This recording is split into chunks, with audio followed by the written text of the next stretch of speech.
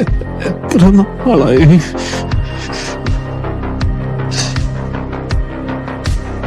എത്ര ദിവസമായി